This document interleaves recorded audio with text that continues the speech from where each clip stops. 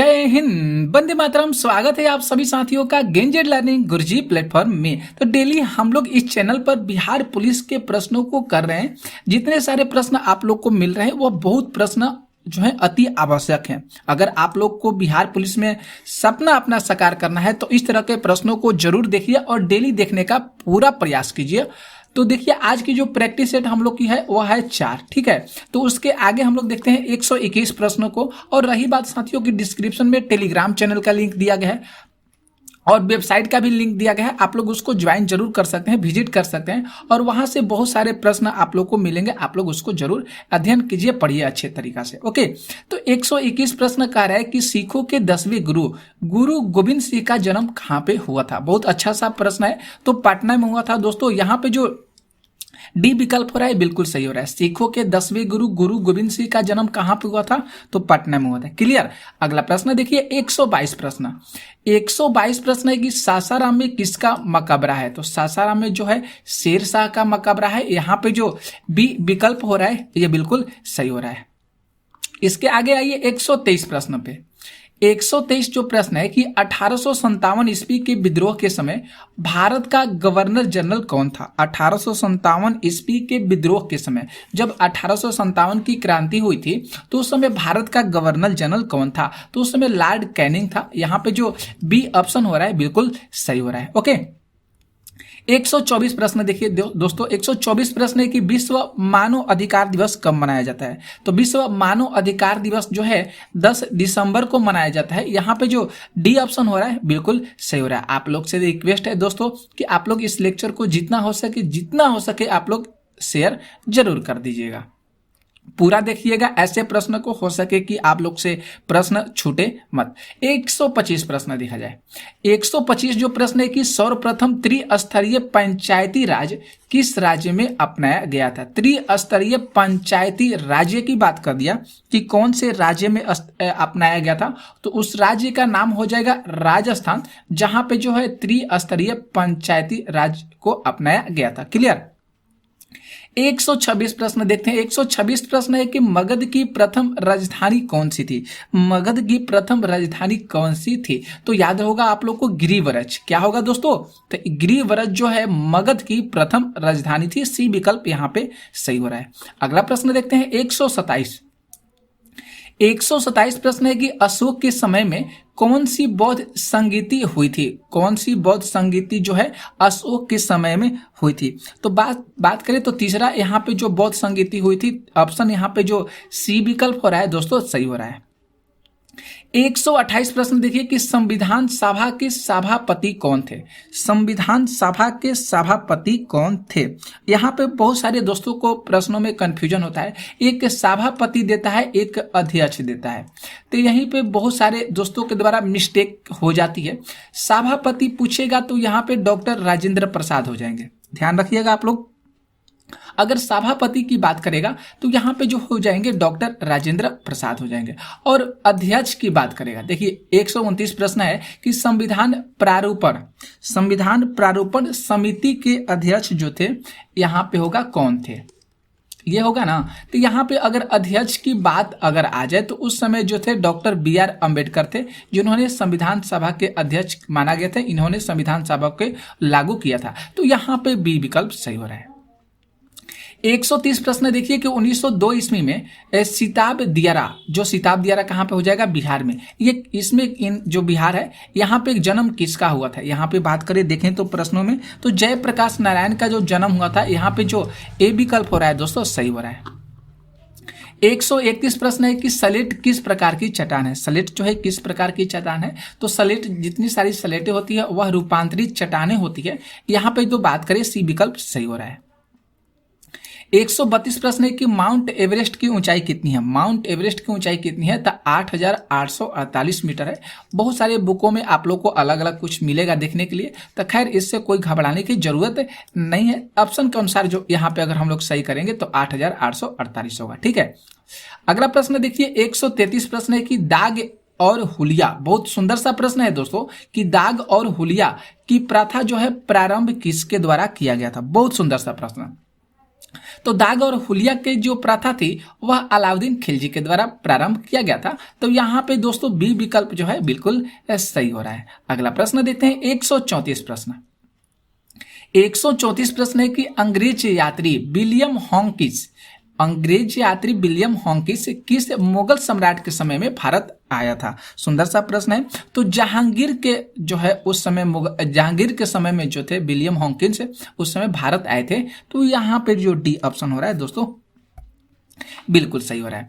135 प्रश्न देखते हैं। 135 प्रश्न है कि इक्तादारी प्रथा प्रारंभ किसके द्वारा की गई थी? इक्तादारी प्रथा जो है प्रारंभ किसके द्वारा किया गया था? तो इल्तुतमिश के द्वारा जो है इक्तादारी प्रथा को प्रारंभ किया गया था दोस्तों। तो बी ऑप्शन यहाँ पे सही हो रहा है। 136 प्रश्न देखिए। 136 प्रश्न है कि महाभारत के फारसी अनुवाद का क्या नाम है? बहुत सुंदर सा प्रश्न है। महाभारत के फारसी अनुवाद का क्या नाम है? तो रजमनामा, जरूर याद करिएगा, बहुत मोस्ट इंपॉर्टेंट प्रश्न है कि महाभारत के फारसी अनुवाद का क्या नाम था? रजमनामा था। डी ऑप्शन यहाँ पे सही हो रहा है। 137 प्रश्न देखिए, कह रहा है कि विजयनगर साम्राज्य के कृष्णदेव राय किसके समकालीन थे? विजयनगर साम्राज्य के जो कृष्णदेव राय थे ये किसके समकालीन थे? तो ये बाबर के समकालीन थे। यहाँ पे जो सी विकल्प हो रहा है दोस्तों ये बिल्कुल सही हो रहा है। 138 प्रश्न देखिए। 138 प्रश्न है कि बाबरनामा की रचना किस भाषा में की गई थी? बाबरनामा की रचना किस भाषा में की गई थी? तो बाबरनामा की रचना तुर्की भाषा में की गई थी। यहाँ पे ए विकल्प सही हो रहा है। 139 प्रश्न है कि सर्वेंट्स ऑफ इंडियन सोसाइटी की स्थापना किसके द्वारा की गई थी? सुंदर सा प्रश्न। तो गोपाल कृष्ण गोखले के द्वारा। यहाँ पे जो ए विकल्प हो रहा है दोस्तों बिल्कुल सही हो रहा है। गोपाल कृष्ण गोखले के द्वारा सर्वेंट्स ऑफ इंडियन सोसाइटी की स्थापना की गई थी। 140 प्रश्न देखिए। 140 प्रश्न है कि प्राचीन स्मारक संरक्षण अधिनियम 1904 किस गवर्नर जनरल के समय में पारित हुआ था? सुंदर सा प्रश्न। तो लॉर्ड कर्जन के जो है शासनकाल में जो है इस चीज को पारित किया गया था, प्राचीन स्मारक संरक्षण अधिनियम 1904। तो यहाँ पे सी ऑप्शन सही हो रहा है। 141 प्रश्न देखे तो 141 प्रश्न है कि हिस्ट्री ऑफ ब्रिटिश इंडिया के लेखक कौन थे? सुंदर सा प्रश्न। तो हिस्ट्री ऑफ ब्रिटिश इंडिया के जो लेखक थे जेम्स मिल थे। यहाँ पे ए ऑप्शन सही हो रहा है। 142 प्रश्न देखें। 142 प्रश्न है कि भारत में प्रकाशित होने वाला पहला समाचार पत्र कौन सा था? तो भारत में पहला जो प्रकाशित हुआ था पहला समाचार पत्र वह था बंगाल गजट। यहाँ पे जो ए ऑप्शन सही हो रहा है। 143 प्रश्न देखिए। 143 प्रश्न है कि महात्मा बुद्ध ने अपना पहला धर्म उपदेश कहाँ पे दिए थे? तो महात्मा बुद्ध ने अपना पहला धर्म उपदेश सारनाथ में दिए थे। सी ऑप्शन यहाँ पे सही हो रहा है। अगला प्रश्न देखिए 144 की आर्य समाज की स्थापना किसके द्वारा, मतलब आर्य समाज की स्थापना कब हुई थी? तो आर्य समाज की स्थापना 1875 ईस्वी में हुआ था। यहाँ पे डी ऑप्शन सही हो रहा है। 145 प्रश्न देखिए। 145 प्रश्न है कि भारत में अंग्रेजी शासनकाल का सबसे भयंकर अकाल निम्न में से किस दौरान पड़ा था? बहुत सुंदर सा प्रश्न। तो अंग्रेजी शासनकाल का जो सबसे भयंकर अकाल जो पड़ा था 1876 से लेकर 1878। बी ऑप्शन जो है यहाँ पे सही हो रहा है। इस चीज को याद करिएगा, बी ऑप्शन को जरूर आप लोग सही कीजिएगा, याद करिएगा। अगला प्रश्न देखिए 146 प्रश्न है दोस्तों कि इन महिलाओं में से कौन क्रांतिकारी आंदोलन से संबंधित थी?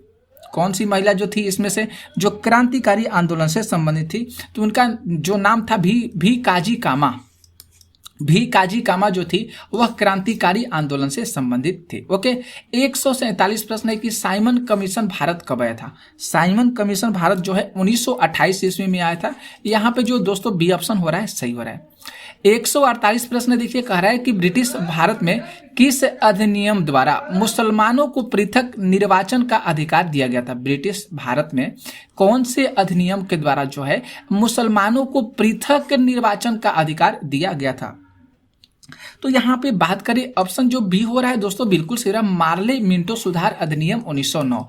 मार्ले मिंटो सुधार अधिनियम 1909 दिया गया था। 149 प्रश्न देखिए। 149 प्रश्न है कि इनमें से किस महिला समाज सुधारक को पंडित कहा गया है? इनमें से किस महिला समाज सुधारक को पंडित कहा गया है? तो यहाँ पे बात करें तो ऑप्शन नंबर जो बी हो रहा है दोस्तों बिल्कुल से रामाबाई को जो है क्या कहा गया है? महिला समाज सुधारक पंडित कहा गया है। 150 प्रश्न देखिए। 150 प्रश्न है कि नील विद्रोह कहाँ पे हुआ था। नील विद्रोह कहाँ पे हुआ था, तो बंगाल में हुआ था। यहाँ पे बात करें तो सी ऑप्शन सही हो रहा है। नील विद्रोह याद करिएगा कहाँ पे दोस्तों, तो बंगाल में। 31 प्रश्न यहाँ पे देखिए, यहाँ पे अगर बात करें 150 के बाद यहाँ पे आना चाहिए 151 प्रश्न होना चाहिए।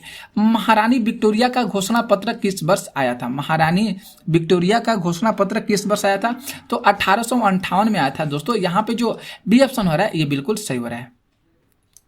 152 प्रश्न देखिए, यहाँ पे 152 जो प्रश्न है कि किस लेखक ने 1857 के विद्रोह को स्वतंत्रता का प्रथम युद्ध कहा है। बहुत सुंदर सा प्रश्न है।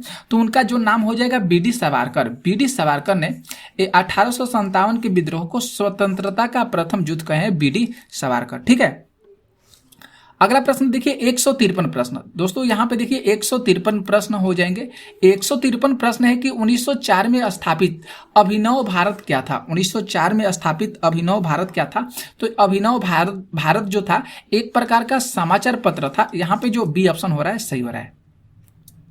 154 प्रश्न देखिए, 154 प्रश्न है कि इतिहास अतीत एवं वर्तमान के बीच अनंत वार्ता है, यह किसने कहा था। बहुत सुंदर सा प्रश्न है। तो इतिहास वार्ता के बीच जो है ये बात कहने वाले जो थे E.H. कार थे। यहाँ पे ए ऑप्शन जो है सही हो रहा है।